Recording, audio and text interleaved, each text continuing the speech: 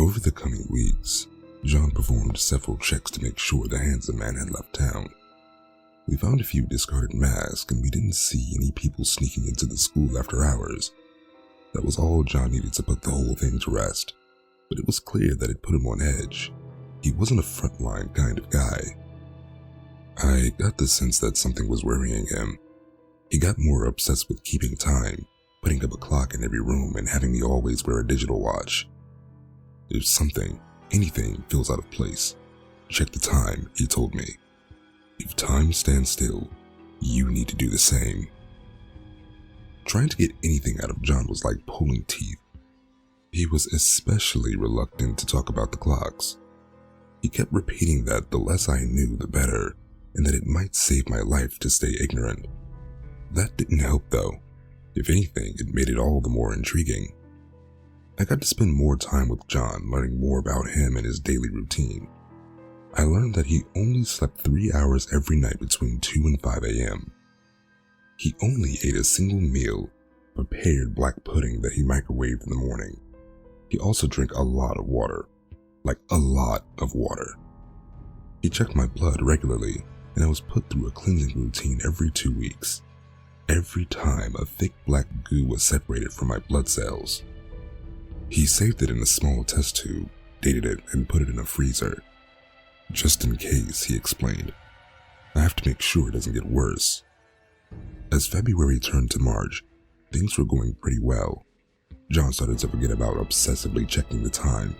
I was feeling better, and I only had to go through the cleaning routine every 3 weeks instead of every 2 weeks. I had moved on from testing cable compositions to working with a machine learning algorithm. Simple stuff like explaining if there are any dogs in a picture. Some of the prompts were a bit strange though. Can you recognize any items from your childhood was one of the strangest, but John insisted it was just a hiccup. One night I couldn't sleep. I decided to tire myself out in the workshop and get a head start on next day's work. Maybe I could sleep if I did. John usually got so anxious about me sleeping more than 6 hours. For someone who never slept more than 3, anything past that must seem like a waste. I put my feet up and leaned back in an old office chair, a cheap plastic one, something out of a public school. Prompt after prompt popped up, hypnotically showing images on a 3x3 grid. Basic stuff like dogs, cars, kids. Every now and then, something tricky like the concept of an aunt or an emotion. Then the click stopped working. I tried to click on the image of an owl, but nothing happened. Strange. Something cold crept up my back as I checked my watch. The seconds were stuck. Shit. Shit. I tried to remember what John had said. If time stood still, I needed to do the same. I took a deep breath and held it, listening for movement. Footsteps. I closed my eyes, holding on for as long as I could. Stumbling feet. Someone dragging themselves forward. Flailing arms knocking over an IV stand and a box of CDs. Stale limbs crackling from years of inactivity. Dry skin slapping against concrete floor. I could feel myself grow lightheaded. I couldn't hold my breath that long. I imagined seeing the snake monster, the goo man, or the white mask. Anything could have walked into this room, ready to tear me apart. And yet, nothing happened. The moment I stopped hearing movement, I had to gasp for air. I was alone, and time was passing as normal. But something had moved around in the workshop, knocking things over. Something had moved around, blindly, without a word. I brought this up to John at his pudding breakfast. He sighed, waiting for his pudding to heat up, and sat me down by the breakfast table. He worked the whole thing down in a matter of seconds. "All right," sighed John. "So, you're aware of it. That's bad." "What is it?" "Did it talk?" he interrupted. "Did you hear it say anything?" "No, nothing. It just sort of stumbled around." "Wait, are you sure?" I nodded as John leaned back in his chair. I could see something moving beneath his hair.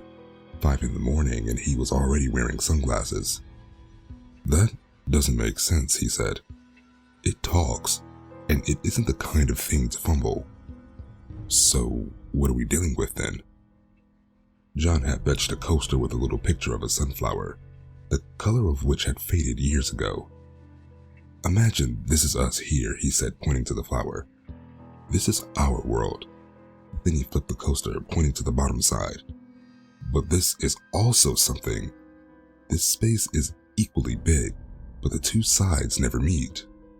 Unless you punch a hole through it, I guess. Sort of. It's not a physical place. It is our world right here, but different." "I'm not following." He held up the coaster. "There is only one coaster," he said.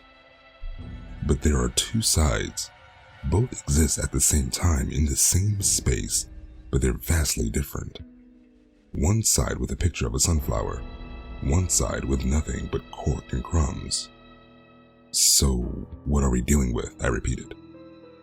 "Something from the other side of the coaster," said John, "and it doesn't like to be seen." John had started working on all kinds of countermeasures. Conventional weapons wouldn't do anything, but John had access to all kinds of strange machines. Detectors who seemed to adapt to perceived rather than objective time, for example. I was given this sort of black hood that I can pull over my head. He argued that if the thing couldn't see whether I knew it was there or not, it might be hesitant to attack. He needed confirmation that we were dealing with whatever he had in mind. Then there was some guy. I try to give accurate accounts of my time in Tomskog, but this guy, I don't have a clear memory of him. It was someone that John asked to come over to help in the workshop for a few days. I can't remember his face, his voice, his mannerisms. It's just a void. I don't even remember if it was a guy. Might have been an old woman for all I know. I just remember someone being there. We started spending more time in the workshop. Day in and day out, we worked on the various gadgets. Menial labor, seemingly just to keep us busy. Checking cables, running diagnostics, salvaging old circuit boards. For 3 whole days, all we did was work, eat takeout, and check the time. Every hour, John tested the alarms. A piercing red light came on whenever a watch detected interference. It was so strong that it burned my eyes. By the 3rd day, we were all a bit out of it. Not John, though. He seemed to operate fine without sleep. All he needed was his microwaved pudding and buckets of water. He'd sit there for hours reading code that was seemingly written in another language. It was strange. The text went from left to right, then sometimes right to left, being written on top of existing code. Sometimes the code was written vertically, cutting off horizontal lines. I had never seen anything like it and couldn't even begin to imagine learning it. Then, out of nowhere, the red light came on. We had practiced this. We put on our black hoods, we took shallow breaths, and waited. John had made a sort of camera, automatically taking pictures about once every relative 2 seconds. It was a way for us to hear that the danger had passed and then get confirmation about the assailant. The camera was reverse rigged to only work when there was a disturbance, so when it stopped clicking, we were out of danger. The camera clicked, and I heard that shuffling noise again. Footsteps. More than one this time. At least half a dozen. I tried to keep still, but I was close to flinching when something brushed against my shoulder. I wanted to scream so bad that my lungs hurt. It was something cold.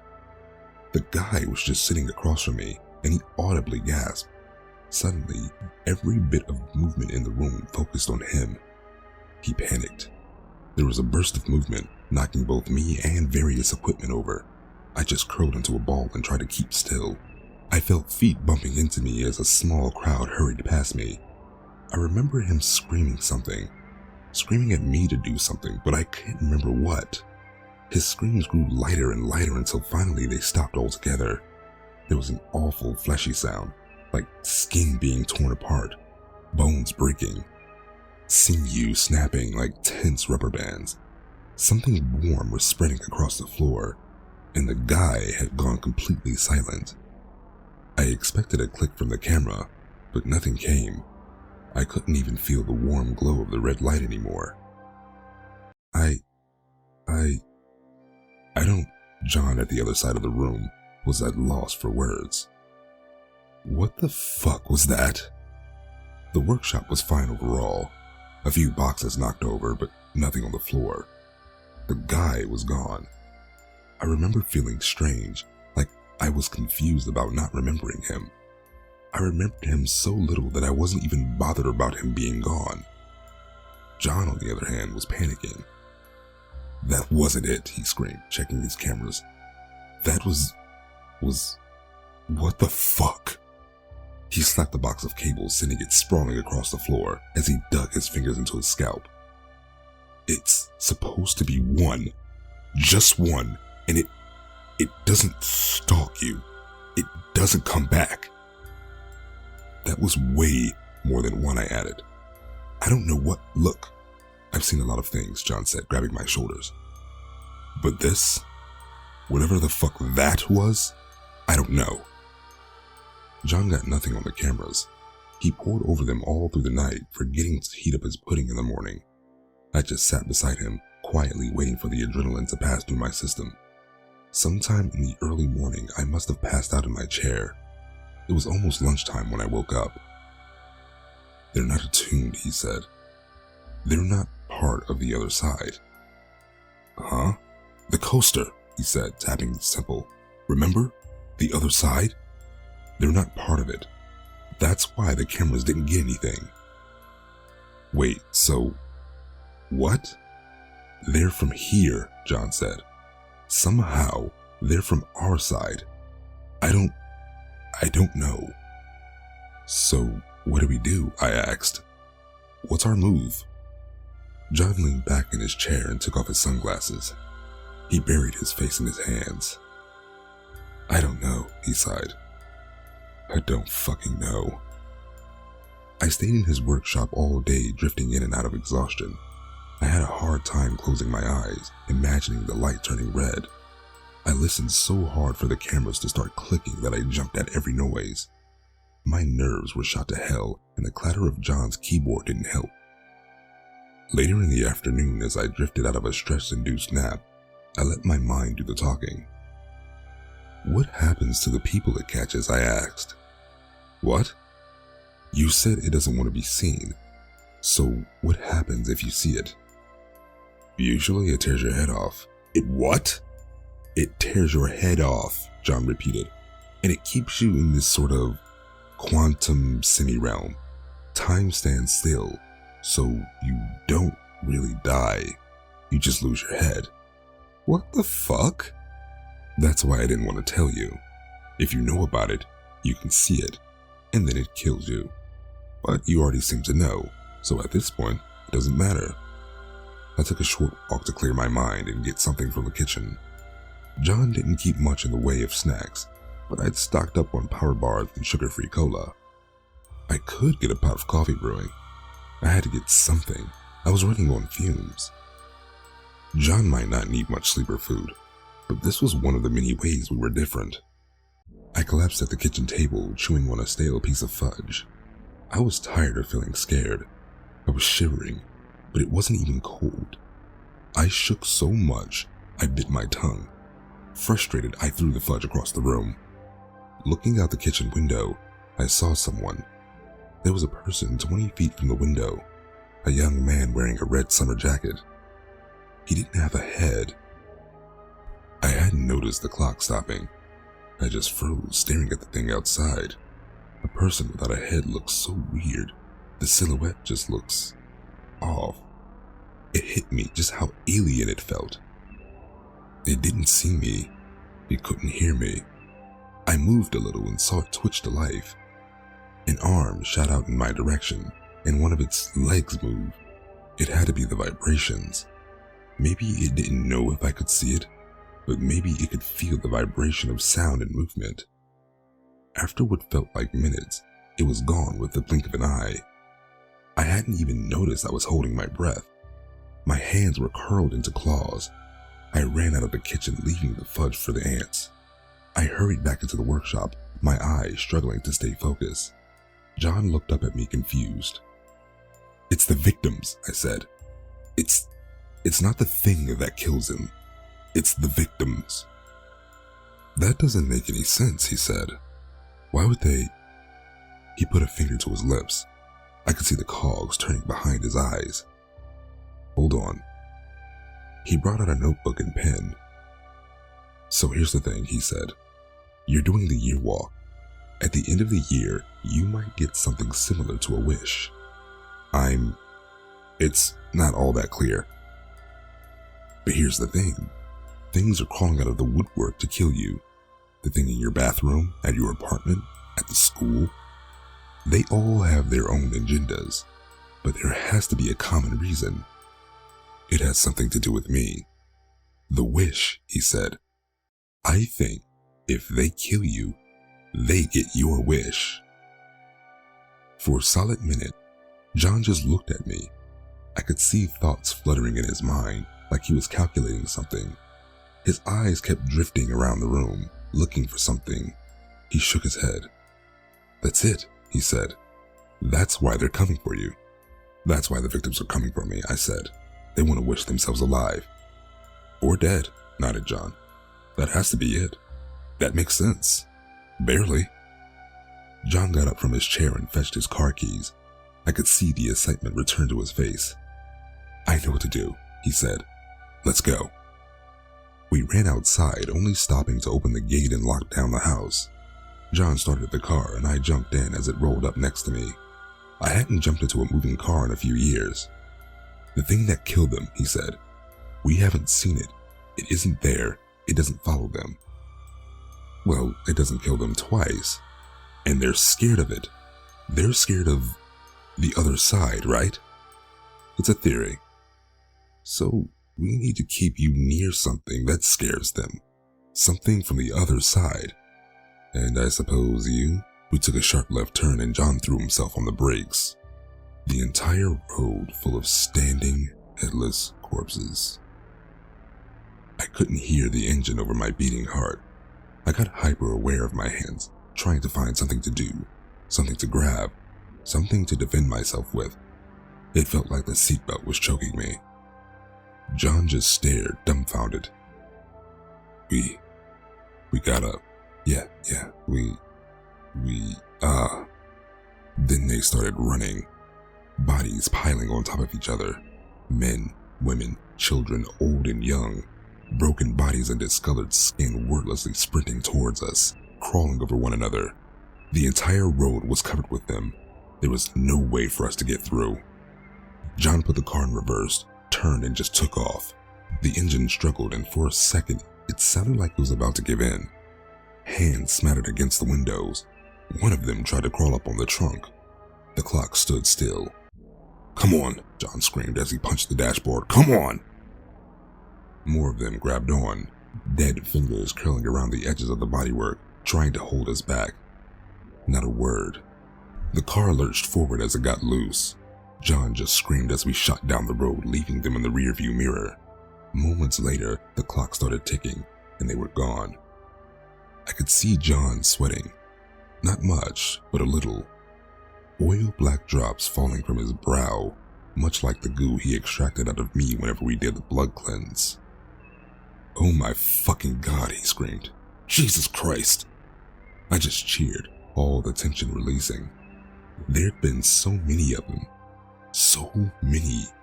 But it made sense. This happened outside of linear time, and no one seemed to remember the victims. How would we notice an abnormous amount of dead if we can't remember them? A silence settled on us as we kept going down the road. My breathing slowed. I kept looking back at the clock just to make sure it moved. Where are we going? I asked. You're gonna have to stay with a friend of mine for a while, he said. At least until they stop bothering us. A friend? I asked. Who is it? I set up the Wi-Fi for his mom. And, firewall, John said. He doesn't get out a lot. And you think being around him might scare them off? Hell, it could scare me off. As we got out on the highway, John relaxed. He patted me on the shoulder. Look, I'm not gonna sugarcoat this. This is a bit of a Hail Mary, he admitted. This guy is a bit of an odd one out.